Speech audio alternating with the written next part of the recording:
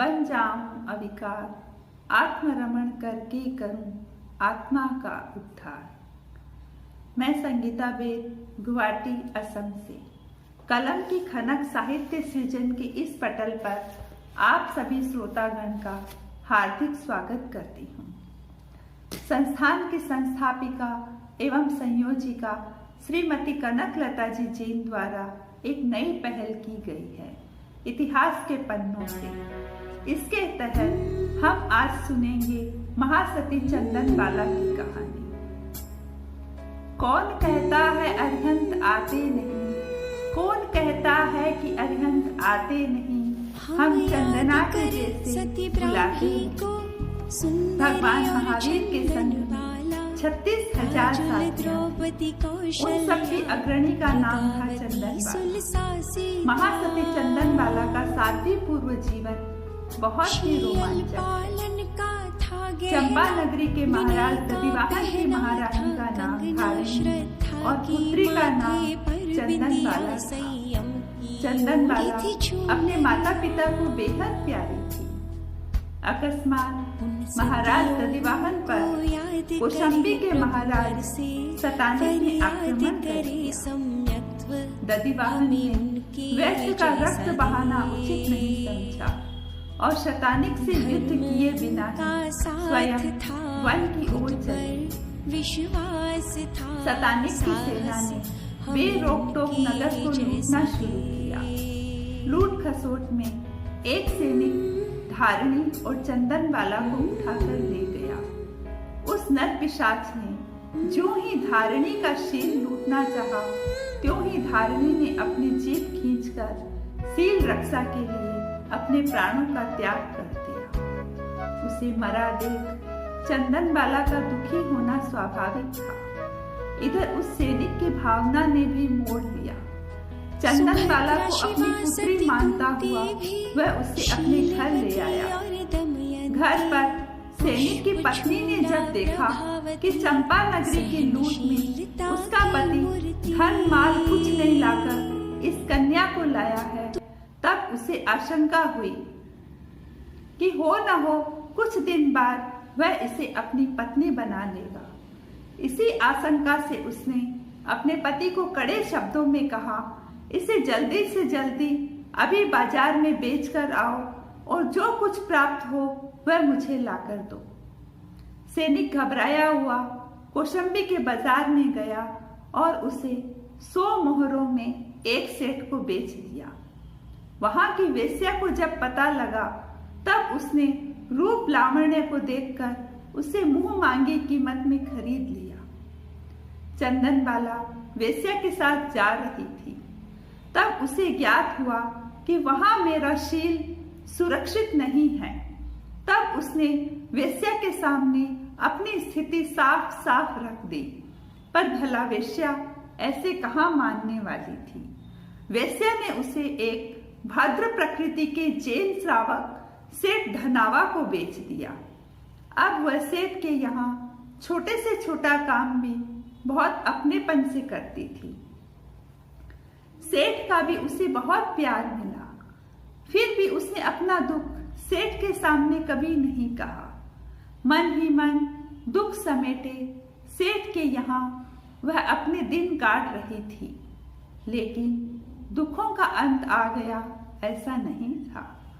सेठानी के मन में भी वहम का भूत बोलने लगा कि हो न हो सेठ जी इसे अपनी पत्नी बनाएंगे, तब मेरा निरादर और अपमान अवश्य होगा।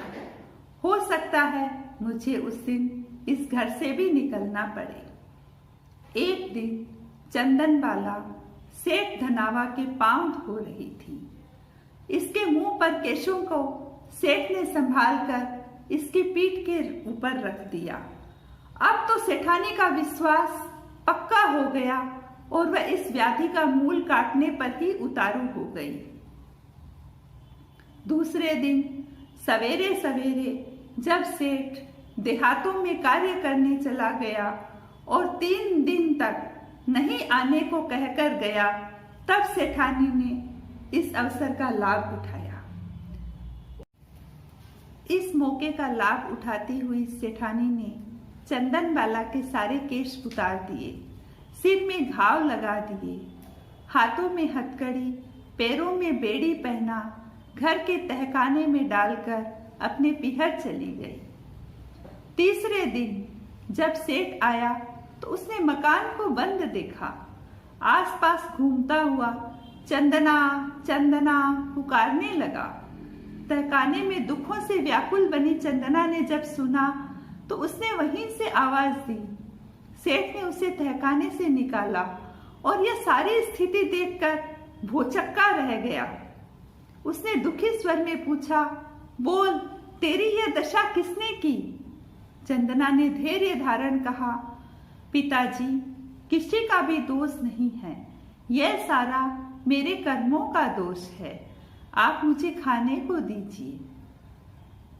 सेठ ने उबले हुए उड़द वहीं पड़े देखकर एक सूप के कोने में डालकर उसे दे दिए और स्वयं हथकड़ी बेड़ी तोड़ने के लिए लुहार को बुलाने गया। हाथ में हथकड़ी चरणा में बेड़ी हो, छाजे उड़दारा पड़िया बाकड़ा, तीन दिनारी भूखी आँख्या माही आंसू हो, गिणमिण उठाया खावण बाकड़ा। ये गीतिका हम कई बार चंदन बाला की संगान करते हैं।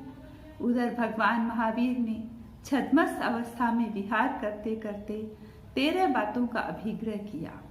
वे 13 बातें ये थी, पहली राजकन्या, दूसरी बेची गई, तीसरी मुंडित, चौथी सिर में घाव हो, पांचवा हाथों में हथकड़ी, छठा पैरों में बेड़ी, सातवां 3 दिन की भूखी, आठवां आंखों में आंसू, नौवां 2 पहर दिन बीतने के बाद, 10वां और 11वां 1 पहर दहलीज के अंदर 1 बाहर, 12वां छाछ में, 13वां बासी उड़द के बाखले लिए खड़ी हो तो उसके हाथ से भिक्षा लेकर पार न करना, अन्यथा नहीं।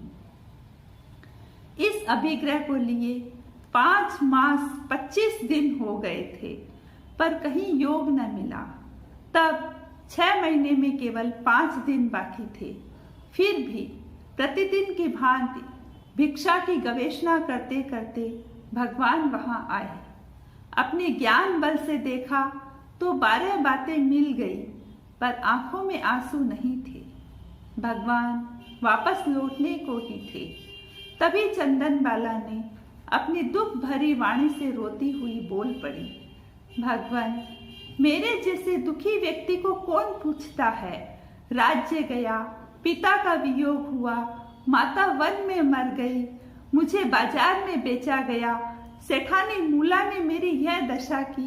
इन सब का मुझे कोई अफसोस नहीं है, पर आप भी आज यूं छोड़कर जा रहे हैं, तब मेरा कौन है? भगवान महावीर आंखों में आंसू देखकर वापस मुड़े, चंदन बाला के हाथ से भिक्षा ली। बस फिर क्या था, सारी स्थिति ही पलट गई। आकाश में अहो दानम की दुंदुभियां बज उठी।